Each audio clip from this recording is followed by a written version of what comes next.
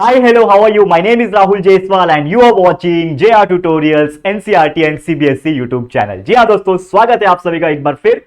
और दोस्तों आज का जो हमारा टॉपिक है वो है पेपर प्रेजेंटेशन। जी हाँ दोस्तों, पिछले कंटिन्यूअस 2 से 3 दिनों में हम आपके लिए बहुत सारे वीडियोस बना चुके हैं और उसमें से कई सारे वीडियो मैंने रिगार्डिंग योर टाइम टेबल, जो डेट शीट्स आपके आए थे बोर्ड एग्जाम सीबीएसई बोर्ड के, साथ ही में उसमें क्या क्या गैप्स क्रिएट हुआ है, कौन कौन से पेपर को किस प्रकार आपको करना है। फिर अलग से मैंने एक strategy video 50 day strategy video आपको लेके बना के दिया था सीबीएसई बोर्ड एग्जाम्स के लिए। और आज आपको मैं बताने वाला हूं कि अगर आप एक 10th स्टैंडर्ड के सीबीएसई बोर्ड के स्टूडेंट हो, किस प्रकार आप अपना पेपर को प्रेजेंट कर सकते हो जिससे आपके जो मार्क्स आने के चांसेस है वो थोड़े से और इंप्रूव हो सकते हैं। बहुत सारे ऐसे स्टूडेंट्स होते हैं जिन्हों को मतलब एक तरीके से पूरा अच्छे से पढ़ के चले जाते हो और अच्छे से पेपर लिख के भी आते हैं, लेकिन मार्क्स उनको जितना मन मुताबिक होता है उतना नहीं आता है।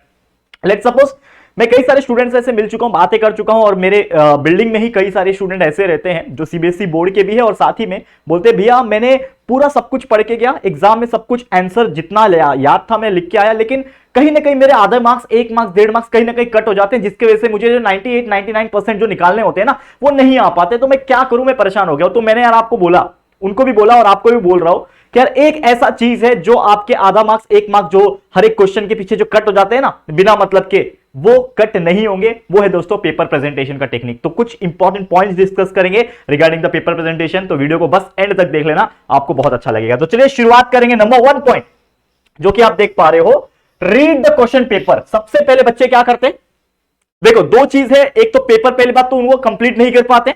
3 घंटे का पेपर है, 2 घंटे का पेपर है, आप पेपर ही कंप्लीट नहीं कर पा रहे हो तो आप मार्क्स तो 100% निकाल ही नहीं पाओगे। तो सबसे पहला चीज है कि आप अपना क्वेश्चन पेपर को रीड करो। स्टार्टिंग का 2-4 मिनट, 5 मिनट टाइम ले लो, ठीक है। मेरे रिगार्डिंग में 5 मिनट्स टाइम आपका जो शुरुआत का होता है जब आपको क्वेश्चन पेपर मिलता है, तो सबसे पहले क्वेश्चन पेपर को पूरा रीड करो। जब आप क्वेश्चन पेपर को रीड करोगे उसी वक्त आपको आइडिया मिल जाएगा। क्या मिल जाएगा दोस्तों?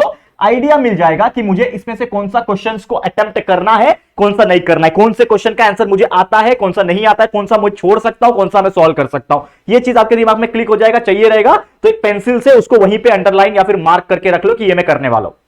क्लियर? ताकि बाद में इन बिटवीन आपको सोचने का टाइम ना मिले कि यार क्वेश्चन 3 करूं कि क्वेश्चन 2 करूं। अरे यार क्वेश्चन 2 में ना जो सेकंड है मुझे नहीं आता है, अरे क्वेश्चन 3 में मुझे 4th नहीं आता। तो यार ऐसे कंफ्यूजन जब माइंड होता है तो बहुत सारा टाइम वेस्ट होता है बाद में। तो इनिशियली आप वो टाइम ले लो 5 मिनट का और उसके बाद धड़ाधड़ पेपर सॉल्व करो। ये था नंबर 1 पॉइंट जिससे आप अपना टाइम बचा सकते हो, और टाइम बचेगा तो इंश्योर आपका पेपर बहुत अच्छे तरीके से कंप्लीट होगा। Second thing, make margins on answer sheet. बच्चे क्या करते हैं, मार्जिन्स नहीं बनाते। अब ये मैंडेटरी नहीं है, लेकिन मुझे ऐसा लगता है मार्जिन्स बनाओगे तो अच्छा रहेगा। जैसे कि नॉर्मल तौर पे अगर मैं बात करूं, आपके पेपर में मार्जिन्स जो आते हैं वो इस प्रकार आते हैं। आपका समझ लो कोई आंसर शीट है तो समझ लो ये जो मार्जिन होता है, ये साइड वाला जो मार्जिन होता है, ये पहले से ही आपको बना के दिया होता है, ठीक है, इस प्रकार से दिया होता है, ठीक है। तो हम लोग क्या करते हैं, जब भी कोई चीज लिखने जाते हैं, ठीक है ना, हम लोग कोई भी चीज लिखने जाते हैं, जैसे कि मैं लिख रहा हूं यहां पे इंडिया इज माय कंट्री, ठीक है। अब मैंने यहां पे लिखा तो COUN लिखा, कंट्री पूरा कंप्लीट नहीं हो रहा है तो नीचे TRY में लिख रहा हूं यहां पे, ठीक है ना। तो यहां पे क्या हो, बहुत गंदा दिख रहा है। तो मैं क्या करूंगा, जैसे मैंने आपको अभी बोला कि मुझे क्या करना है दोस्तों, यहां पे मुझे मार्जिन अप्लाई करना है। क्या करना है, मार्जिन अप्लाई करना है। तो मैं मार्जिन कैसे बनाऊंगा, तो हमेशा याद रखना कि ट्राई करो एक स्केल और पेंसिल ले लो और लगभग 1-1.5 सेंटीमीटर का डिस्टेंस या फिर 2 सेंटीमीटर का डिस्टेंस लेके एक यहां पे भी एक छोटा सा पतला सा एक मार्जिन क्रिएट कर दो। अब आप यहां पे भी एक मार्जिन क्रिएट कर दोगे लाइन खींच के हर एक पेजेस में, तो इससे ये होगा कि आपका लेफ्ट में एक मार्जिन है, एक राइट में एक मार्जिन है, उसके बीचों बीच आप लिख सकते हो। अब आपको पता है, क्या पता है दोस्तों, अब आपको एक चीज पता है कि यार ये जो है ना, ये जो है, 1 मिनट रुक जाओ, ये जो है आपका, इसमें आप लिख सकते हो इंडिया इज माय कंट्री। तो यहां पे आपको C नहीं लिखना है क्योंकि आपको पता है ये पूरा कंप्लीट नहीं होगा। तो यार नीचे लिख दो इंडिया इज माय कंट्री, ठीक है। फिर देखो ऑल, अभी इंडियंस तो आएगा नहीं तो इंडियन में लिखूंगा ही नहीं यहां पे, तो मैं लिखूंगा यहां पे ऑल इंडियंस आर माय। देखो कितना अच्छा लग रहा है। दोनों के बीच में ये दिखने में जो भी आपका हैंडराइटिंग अगर अच्छा निकालते हो तो डेफिनेटली वो चीज अच्छा लगेगा। ये आपके लिए सबसे पहला पॉइंट क्या है, सबसे पहला पॉइंट कि आपको जो भी आंसर शीट रहेगा उसमें मार्जिन्स कर देना है, मार्जिन्स बना लेना है। थर्ड पॉइंट आपके लिए है always start new question on fresh page. बच्चे क्या करते हैं, समझ लो कि एक क्वेश्चन है आपके पास, ठीक है। अब आपने क्वेश्चन नंबर 1 लिखा, यहां पे क्वेश्चन नंबर 1 लिखा, अब उसका आंसर लिख दिया। अब क्वेश्चन नंबर 1 ये पेज में आपका कंप्लीट हो गया, तो बच्चे क्या करते हैं, यहीं पे एक लाइन खींच देते और यहीं पे क्वेश्चन नंबर 2 चालू कर देते। लेकिन आपको ऐसा नहीं करना है। हमेशा क्या करना है कि जब ये क्वेश्चन नंबर 2 आएगा वो एक नए पेज पे आएगा, ठीक है।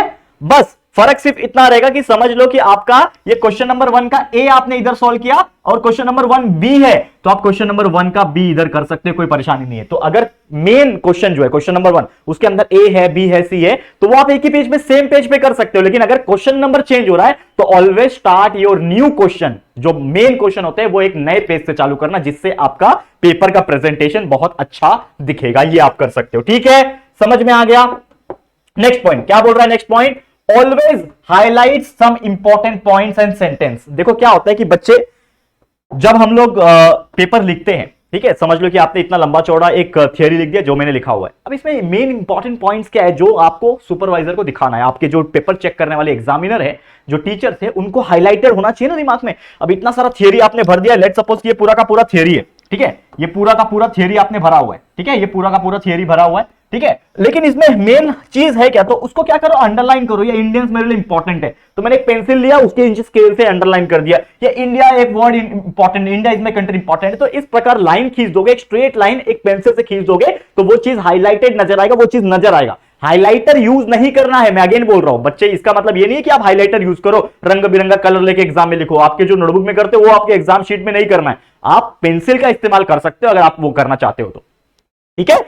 तो हाईलाइट करोगे इंपॉर्टेंट, उसको चाहिए तो आप बॉक्स बना सकते हो, अगर आपको करना है तो बॉक्स भी बना सकते हो, लेकिन मेरा रिकमेंडेशन बॉक्स नहीं रहेगा, मेरा रिकमेंडेशन रहेगा कि आप सीधा सा एक सिंपल सा स्ट्रेट लाइन खींच दो, जहां पे भी जो चीज इंपॉर्टेंट है, खासकर जो हेडिंग होते हैं, ठीक है ना। समझ लो कि आप इंडिया के बारे में बता रहे, तो इंडिया आपका हेडिंग है, ठीक है ना, और उसके बारे में आपने पूरा थ्योरी लिखा, तो इंडिया को नीचे एक लाइन खींच दो, हेडिंग आपका अंडरलाइन होना चाहिए, ठीक है। नेक्स्ट पॉइंट की अगर मैं बात करूं, क्या है अगला पॉइंट यहां पे, अगर हम देखेंगे पांचवा, कि use the diagrams, flow charts and pattern whenever required. जब भी आपको जरूरत रहेगी तो आप डायग्राम्स बनाओ। जैसे कि आपने ये पेज में पूरा भर दिया, पूरा थियरी भर दिया, लेकिन वो पूरा पेज में सिर्फ थियरी लिखा हुआ है, तो यार दिखने में मेरे को मजा नहीं आएगा। अगर मैं पेपर चेक करने वाला टीचर हूं तो मैं इसको जब देखूंगा तो मेरे को फील नहीं होगा यार पूरा क्या थियरी भर के रखा है। बहुत सारे बच्चे लोग तो गाना लिख के आ जाते हैं, ठीक है ना, झलक दिखला जाओ, बहुत सारे गाना लिख के आ जाते हैं, तो गाना वगैरह नहीं लिखना है। आपको ट्राई करना है कि whenever you are writing a theory, whole theoretical answer है, तो कोशिश ये करो कि आप अपने मन से या फिर खुद सेल्फ जनरेट करके कुछ फ्लो चार्ट्स, कुछ रिलेटेबल डायग्राम्स है तो वो डायग्राम्स वहां पे बना के आओ। तो लेट्स सपोज कि मैंने